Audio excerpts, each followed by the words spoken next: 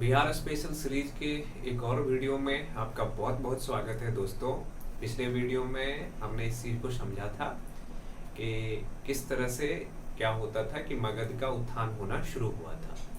और आज के इस वीडियो में हम यही चीज़ को आगे समझेंगे कि आखिर क्या ऐसा परिस्थिति था जिसके वजह से मगध का उत्कर्ष हुआ, और मगध के उत्कर्ष होने के बाद मगध पे जो नए नए राजवंश आए उन्होंने किस तरह से मगध महाजनपद का विस्तार करते हुए अपने क्षेत्रों का विस्तार किया। तो जो छठी शताब्दी ईस्वी पूर्व में क्या था कि पूरे भारत कुल मिलाकर के 16 महाजनपदों में बटा हुआ था। इनमें से 3 महाजनपद ऐसे थे जो बिहार के क्षेत्र में थे, जिनमें कि लिच्छवी थे उसके बाद मगध, फिर अंग। और इन महाजनपदों में से सबसे जो शक्तिशाली महाजनपद था वो मगध था। तो मगध महाजनपद पर जो पहला राजवंश आया था वो था वृहद्रथ। वृहद्रथ के द्वारा पहला राजवंश की स्थापना किया गया था। वृहद्रथ के द्वारा पहला राजवंश का स्थापना किया गया मगध पर। और वृहद्रथ के बाद इसके बेटा शासक बने जिसका नाम था जरासंध। जरासंध। और आपको जरासंध के बारे में पता होगा कि महाभारत की लड़ाई में जरासंध और भीम के बीच, जरासंध एवं भीम के बीच क्या हुआ था, द्वंद्व युद्ध हुआ था। और इस द्वंद्व युद्ध में भीम ने जरासंध को हराया था। पर जरासंध क्या था कि पांडव के अपोजिट थे, वो कौरव के ओर से युद्ध में शामिल हुए थे। जरासंध ने कृष्ण के बारे में बहुत अच्छी बात कहा था कि जब किसी ने उनसे पूछा कि युद्ध में कृष्ण कैसे दिखते हैं, क्योंकि कृष्ण पांडव की ओर से लीडरशिप की भूमिका में थे। हालांकि वो युद्ध में डायरेक्ट शामिल नहीं थे, पर अर्जुन के रथ का संचालन वही कर रहे थे। और पांडव की जीत का श्रेय अगर किसी एक व्यक्ति को जाता है तो वो कहीं न कहीं भगवान श्री कृष्ण थे। तो किसी ने जरासंध से पूछा कि कृष्ण कैसे दिखते हैं, वो युद्ध में किस तरह की स्थिति में होते हैं। तो जरासंध ने बड़ा अच्छा आंसर दिया इस पर कि उन्होंने कहा कि अगर आप युद्ध के मैदान में जाते हो और इस युद्ध के मैदान में जो व्यक्ति सबसे शांत रहता है वो कृष्ण है, जिसके चेहरे पर दुख नहीं है, हमेशा खुशी की भाव होता है, वो कृष्ण है। तो कृष्ण के बारे में जरासंध ने बड़े अच्छा वर्णन किया था। हालांकि वृहद्रथ के बाद जरासंध आए और जरासंध के बाद ये वंश लगभग खत्म हो गया। लेकिन एक सवाल उठता है कि हम आगे भी समझेंगे कि आखिर क्या ऐसी परिस्थिति थी जिसके वजह से बाकी महाजनपदों के तुलना में ये मगध महाजनपद का उत्थान सबसे ज्यादा हुआ। आखिर कुछ न कुछ विशेष परिस्थितियां उत्पन्न हुई होगी, कुछ विशेष स्थिति होगा मगध के पास जिसके वजह से ये इतना शक्तिशाली हुआ और बाकी के कई महाजनपदों को अपने में शामिल करके अपने क्षेत्र के विस्तार किया यहाँ के शासकों ने। तो आइए हम समझते हैं कि मगध के विस्तार होने में, मगध के शक्तिशाली होने में क्या क्या भूमिका कारगर था। तो अगर हम मगध की उत्कर्ष की बात करते हैं तो इनके पीछे कुछ चीजों को हमको समझना पड़ेगा। अगर हम मगध के उत्कर्ष की बात करते हैं कि मगध का उत्कर्ष क्यों हुआ,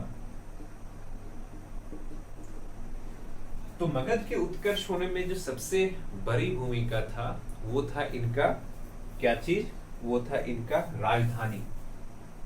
सबसे पहले इसकी राजधानी। देखिए, किसी भी राज्य का या किसी भी प्रांत का जो सबसे महत्वपूर्ण सेंटर होता है वो उसका राजधानी होता है, क्योंकि सारे प्रशासनिक काम राजधानी से संचालित होता है और उस राज्य के जो महत्वपूर्ण व्यक्ति होते हैं वो राजधानी में निवास करते हैं। और मगध की राजधानी हमेशा से सुरक्षित रहा। शुरू में मगध का राजधानी था कहाँ पे, तो राजगृह या गृहब्रज था।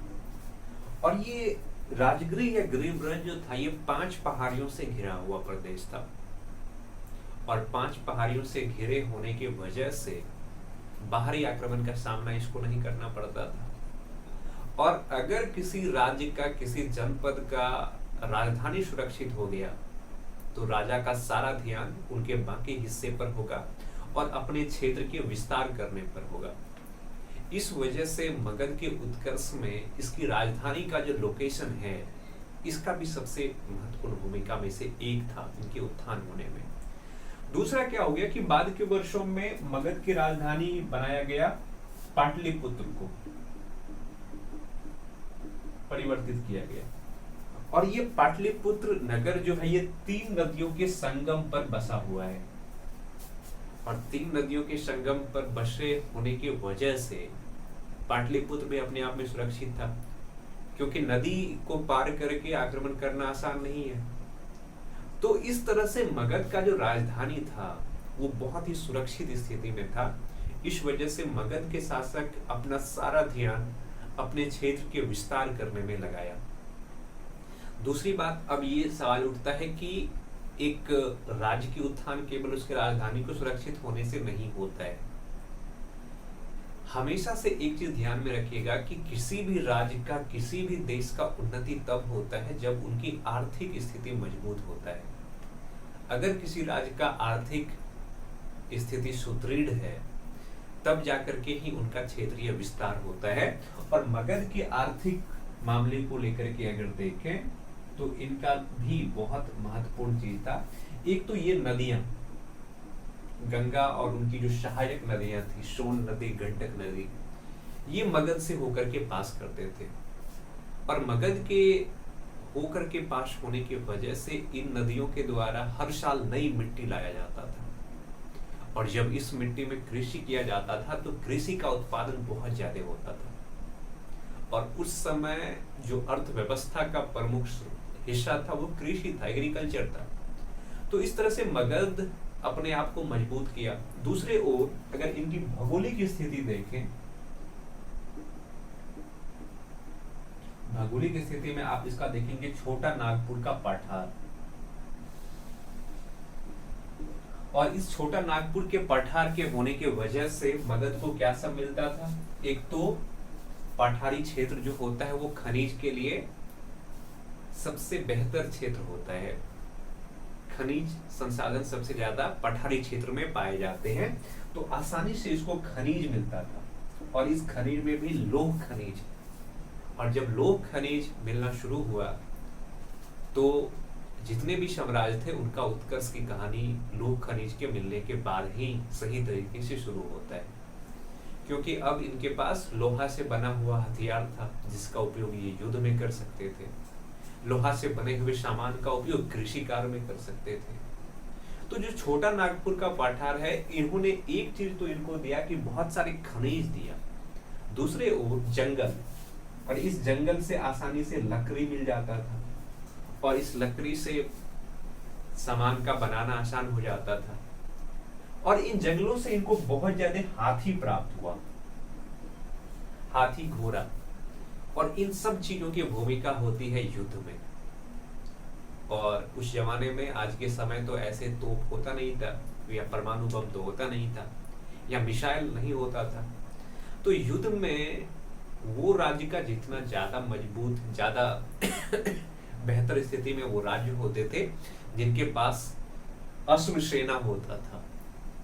नहीं, सॉरी, अश्व का मतलब घोड़ा होता है, गज सेना। नहीं, हाथी को संस्कृत में कहते हैं गज, और गज से जो सेना का निर्माण होता है उनको कहते थे गज सेना। तो इस वजह से भी जो मगध राजवंश है, मगध राजवंश का उत्थान होता चला गया। और अगर हम देखें क्या सब होता है इनमें, तो एक चीज हमेशा याद रखिए कि इसके अतिरिक्त जो था मगध का शासक, महत्वाकांक्षा से भरा हुआ शासक, मगध राजवंश पर जो भी शासक सत्ता में आए, सब ने अपने अपने क्षेत्र को विस्तार करने की पूरी कोशिश की। और इस कोशिश में कई की हार भी हुआ, लेकिन अधिकांश राजा कामयाब हुआ। और ये कामयाबी की कहानी ही मगध को उत्थान की उस प्रकाष्ठा पे ले गया जो बाकी महाजनपदों को नहीं ले जा सका। तो ये कहानी था मगध का, और मगध के जो प्रथम वंश जिसको हम मान सकते हैं, जिसका स्थापना किया गया था वृषद्रथ के द्वारा, उसकी कहानी था। पर मगध की सत्ता का वास्तविक विस्तार तब जाकर के हुआ जब यहाँ पे बिंबिसार ने हर्यंक वंश की स्थापना किया। तो आइए अब हम कहानी समझते हैं हर्यंक वंश की।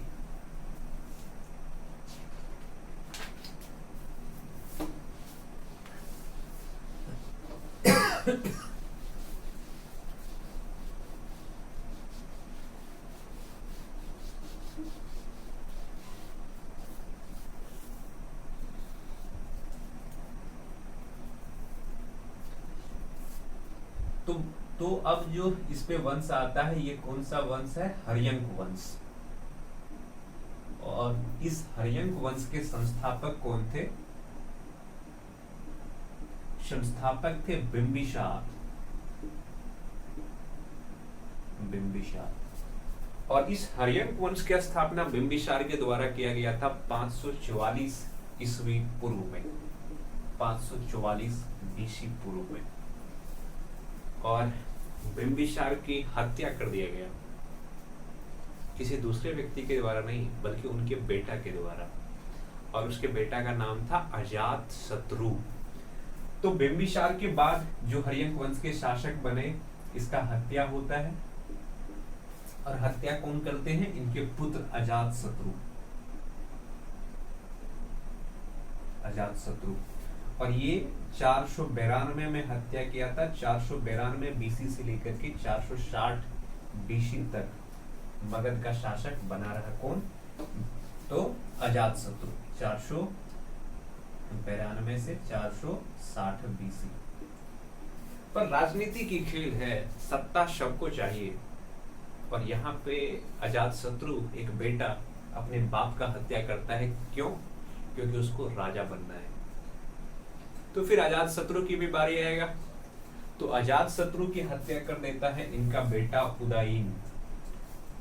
इसका भी हत्या होता है। और इसका हत्या कौन करता है? उदयीन।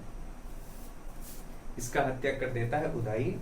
और ये सत्ता में आते हैं 460 से लेकर के 444 बीसी तक।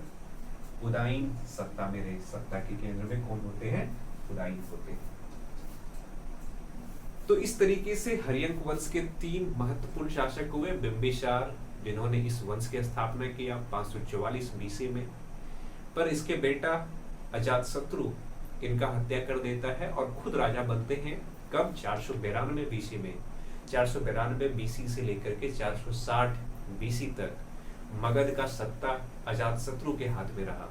और उसके बाद आए उदयीन। इन तीनों राजाओं ने मगध के क्षेत्र के विस्तार में कई प्रयास किए, कई तरह की नीतियां बनाई। उन्हीं सबको अब हम एक एक करके समझते हैं। तो आइए सबसे पहले बिंबिसार के बारे में समझते हैं कि बिंबिसार ने किस तरह से अपने क्षेत्र का विस्तार किया।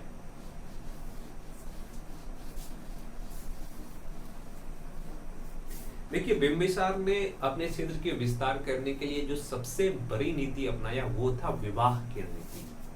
नहीं, क्षेत्र विस्तार ये कैसे किया? क्षेत्र विस्तार इन्होंने किया किसी विवाह की नीति से। विवाह की नीति। और बिंबिसार समय समय पे शादी किए। और शादी करने के बाद दहेज में इनको उस राजा के या जिस राजा के बेटी से या जिस राजा की बहन से शादी करता था उनके क्षेत्र मिल जाते थे। और उस क्षेत्र को इन्होंने मगध में मिलाता था और मगध का विस्तार किया। बिंबिसार ने सबसे पहला जो शादी किया, बिंबिसार की जो पहली पत्नी थी, फर्स्ट वाइफ थी कौशला देवी।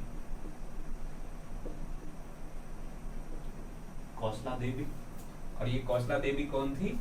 ये कौशला देवी थी कौशल नरेश की पुत्री। और उस समय कौशल भी एक महाजनपद हुआ करता था। और इस महाजनपद के शासक थे प्रसेनजित। महात्मा बुद्ध की कहानी जब हम समझते हैं तो वहां पे देखते हैं कि किस तरह से प्रसेनजित और बुद्ध के बीच के रिश्ते थे। तो जब इन्होंने कौशला देवी से शादी किया तो इनको दहेज स्वरूप काशी का प्रदेश क्या मिल गया, दहेज में मिल गया। फिर बिंबिसार ने सेकंड शादी की और इसके सेकंड वाइफ थी कौन, चेल्हना। चेल्हना, और ये कहाँ की थी, ये थी लिच्छवी राजकुमारी। ये लिच्छवी राजकुमारी थी। जो लिच्छवी महाजनपद था या जिसको वजी संघ भी कहते हैं, उस महाजनपद की राजकुमारी थी चेलना, और चेलना से शादी किया था बिंबिसार। और जाहिर सी बात है कि शादी करने के बाद जो लिच्छवी जनपद है, लिच्छवी महाजनपद है, उनके कुछ हिस्से बिंबिसार को दहेज के स्वरूप में मिला और इन्होंने मगध के क्षेत्र का विस्तार किया। बिंबिसार की एक और पत्नी हुई, थर्ड वाइफ, वो कौन थी, वो थी क्षेमा।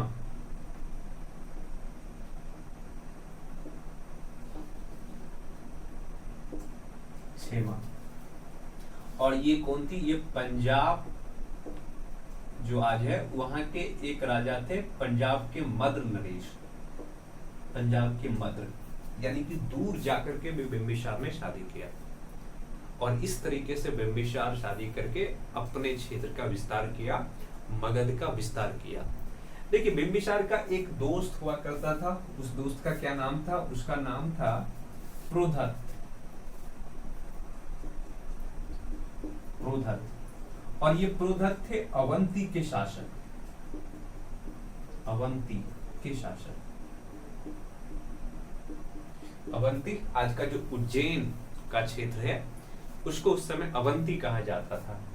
और ये जब बीमार पड़ गए तो इसके इलाज के लिए एक चिकित्सक को भेजा गया। वो चिकित्सक कौन थे, वो थे चरक। चरक यानी कि चरक जो है ये बिंबिसार के दरबार में रहते थे।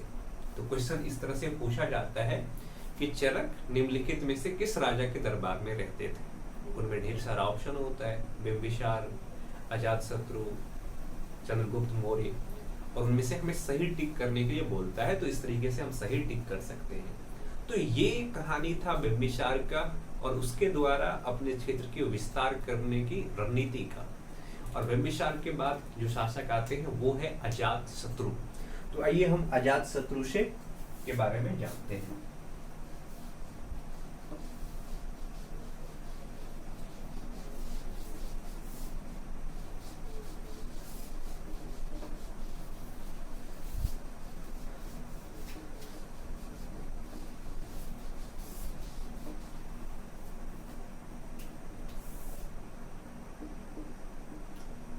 अजातशत्रु, अजातशत्रु कब शासक बनते हैं, 492 बीसी से लेकर के 460 बीसी तक जिन्होंने मगध पर शासन किया वो थे अजातशत्रु। अजातशत्रु की कहानी तो मैंने शुरू में ही बता दिया कि बिंबिसार की हत्या करके ये शासक बने थे। और अजातशत्रु का मूल नाम था कुनिक। इसका जो मूल नाम था कुनिक। कुनिक। अब देखिए होता क्या है कि बिंबिसार जब कौशला देवी से शादी किया था, कौशला देवी कौशल की राजकुमारी थी, तो उनको दहेज स्वरूप काशी का प्रांत मिला था और काशी के प्रांत मगध का हिस्सा बन गया। पर जब अजातशत्रु ने बिंबिसार की हत्या कर दी और कुछ साल के बाद जो कौशला देवी है उनकी मृत्यु हो गई, तो उसके बाद उस समय जो कौशल के राजा थे प्रसेनजित, वो मगध से पुनः काशी को अपने कब्जे में ले लिया। काशी, अब देखिए जो काशी को जब इन्होंने कब्जे में ले लिया तो अजातशत्रु चूंकि मगध के शासक थे, तो उन्होंने प्रसेनजित के साथ युद्ध किया और इस युद्ध में उन्होंने प्रसेनजित को पराजित कर दिया। और प्रसेनजित को पराजित करने के बाद काशी पर उन्होंने क्या किया कि पुनः नियंत्रण स्थापित किया, पुनः नियंत्रण। और इसी दौरान उन्होंने क्या किया कि प्रसेनजित की जो पुत्री थी वजीरा, वजीरा से शादी भी कर लिया। अब देखिए, ये जो वजीरा है कहीं ना कहीं अजात शत्रु के कौन है, मामा की बेटी। क्यों? क्योंकि बिंबिसार शादी किया था किससे, प्रसेनजीत की बहन कौशला देवी से। तो कौशला देवी से शादी करने के बाद और चूंकि अजात शत्रु बिंबिसार के बेटे हैं, तो उसके मामा कौन हुए, प्रसेनजीत हुए, और उन्हीं के बेटी से इन्होंने शादी कर लिया। पर चूंकि जो बिंबिसार है उन्होंने 3-3 शादियां कर रखी थी, तो जैन साहित्य और जो बौद्ध साहित्य है इनमें अंतर देखने को मिलता है। तो ये अजात शत्रु की जब माता के बारे नाम आता है, तो जो बौद्ध साहित्य है, जो बौद्ध साहित्य है, बौद्ध साहित्य मानते हैं कि इनके माता थे कौशला देवी। पर जो जैन साहित्य है, जैन साहित्य मानते हैं कि इनके माता कौशला देवी ना होकर के कौन थी, जेलहना थी, जेलहना थी। तो अजातशत्रु के माता कौन थे, इस ये चीज तो स्पष्ट नहीं होता है, पर इनके पिता जरूर कौन थे, बिंबिसार थे। और इस तरीके से जब अजातशत्रु ने वजीरा से शादी किया, तो वजीरा से शादी करने के बाद ये फिर से जो काशी का क्षेत्र है, काशी के क्षेत्र पर नियंत्रण स्थापित कर लिया। और इसके बाद इन्होंने एक कदम और आगे बढ़ाया, और ये कदम क्या था कि लिच्छवी राजकुमारी चिन्हना से शादी करने के बाद लिच्छवी के कुछ हिस्से बिंबिसार ने मगध में मिला लिया था, लेकिन जो बाकी हिस्से थे, इस बाकी हिस्से पर नियंत्रण करने के लिए इन्होंने क्या किया कि लिच्छवी को पराजित किया, और लिच्छवी महाजनपद जो था, या जो वजी संघ महाजनपद है, इस महाजनपद को अपने नियंत्रण में लेकर के इनको शामिल कर लिया मगध महाजनपद में। और इस प्रक्रिया के द्वारा जो अजातशत्रु है, अजातशत्रु अपने क्षेत्र का विस्तार करता है।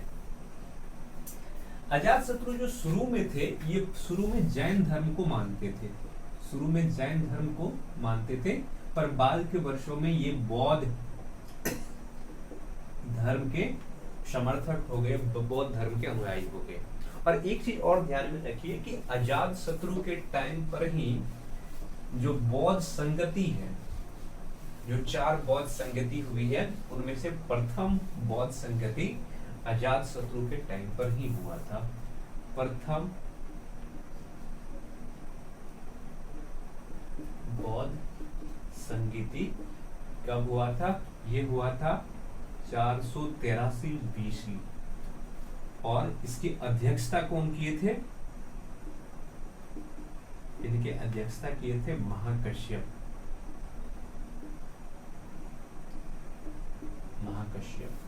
और इस समय शासक थे कौन? अजातशत्रु।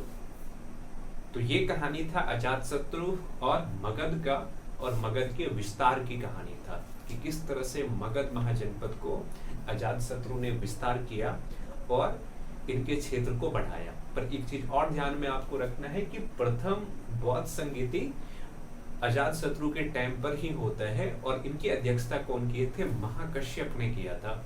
और ये बौद्ध संगति कहाँ पे हुआ था? ये हुआ था राजगृह में। ये बौद्ध संगति हुआ था राजगृह में, क्योंकि इस टाइम पे जो मगध है, मगध की राजधानी कहाँ पे था? राजगीर ही था। तो ये बौद्ध संगति राजगीर में ही होता है। अब देखिए, इसके बाद कौन शासक बनते हैं? इनके बाद शासक बनते हैं अजातशत्रु के पुत्र उदयन।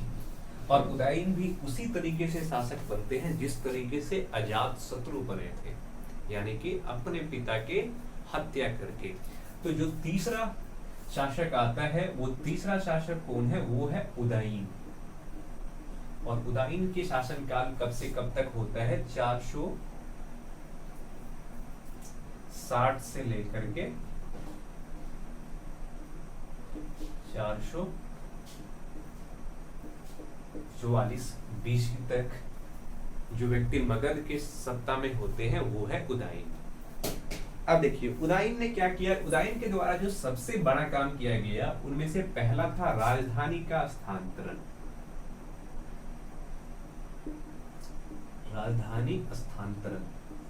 इन्होंने क्या किया कि अब तक जो मगध का राजधानी राजगृह या गृहब्रज हुआ करता था, इन्होंने अपने राजधानी स्थानांतरण करके कहाँ ले आया, तो पाटलिपुत्र ले आया। नहीं, तो राजगिरी से मगध का जो राजधानी है इन्होंने क्या किया कि पाटलिपुत्र ले आया। और पाटलिपुत्र भी एक सुरक्षित राजधानी था क्योंकि ये संगम पे बसा हुआ था।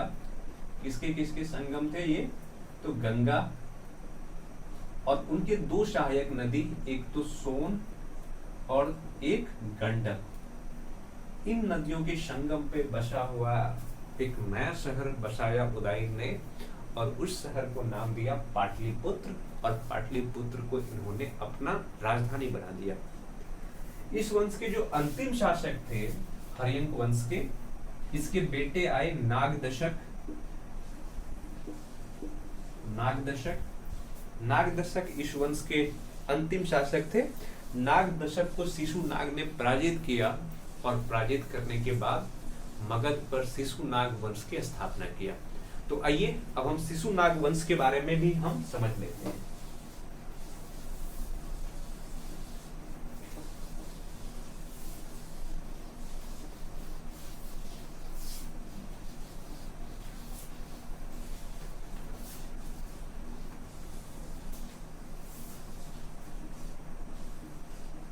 शिशुनाग वंश, शिशुनाग वंश की सत्ता कब से कब तक रहता है मगध पर, तो इनका सत्ता रहता है 412 से लेकर के 344 BC तक। और इनके संस्थापक कौन थे, तो इनके संस्थापक यही थे, कौन, शिशुनाग, यही व्यक्ति थे इनके संस्थापक, फाउंडर। शिशुनाग वंश के जिस व्यक्ति ने स्थापना किया था वो थे शिशुनाग। नहीं, और इन्होंने क्या किया कि इन्होंने के द्वारा भी एक काम किया गया, राजधानी। इन्होंने राजधानी कहाँ ले आया मगध का, तो वैशाली में। इन्होंने भी मगध का राजधानी परिवर्तन किया। जो राजधानी कभी राजगृह या गृहब्रज हुआ करता था उनको पाटलिपुत्र ले गया उदयन, और उदयन के बाद उस राजधानी को पुनः वैशाली लेकर के चला गया, किसके द्वारा, शिशुनाग के द्वारा। और इन्होंने क्या किया कि अपने क्षेत्र के विस्तार के लिए जो अवंती के शासक थे, अवंती के शासक अवंतीवर्धन इसको पराजित किया, और इसको पराजित करके अवंती को भी मगध का हिस्सा बना लिया। यानी कि मगध पर जो भी राजा आया सब ने यही कोशिश किया कि किस तरह से क्षेत्र का विस्तार किया जाए, मगध का किस तरह से विस्तार किया जाए। तो शिशुनाग उनमें से पीछे थोड़े न हटते। शिशुनाग ने भी कोशिश किया कि मगध का विस्तार करना है, और इस विस्तार और महत्वाकांक्षा के खेल में इन्होंने अवंतीवर्धन को हराया। और ये अवंतीवर्धन कहाँ के शासक थे, तो अवंती के शासक थे। और इनके बाद इन्होंने वत्स और कौशाम्बी जो जनपद था उनको भी हराया और उनको मगध में मिला लिया। शिशुनाग के बाद जो व्यक्ति मगध का सत्ता संभालते हैं वो था कालाशोक। अशोक नहीं, कालाशोक। अशोक तो मौर्य वंश में आपको मिलेगा, ये है कालाशोक।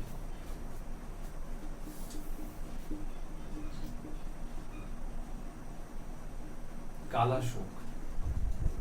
और कालाशोक कब आते हैं, इनका पुराना नाम था, इनका मूल नाम हम कह सकते हैं, इसका मूल नाम था काकवर्ण।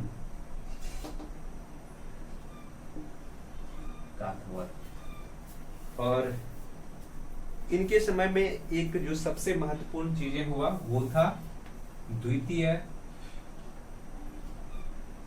बौद्ध संगति।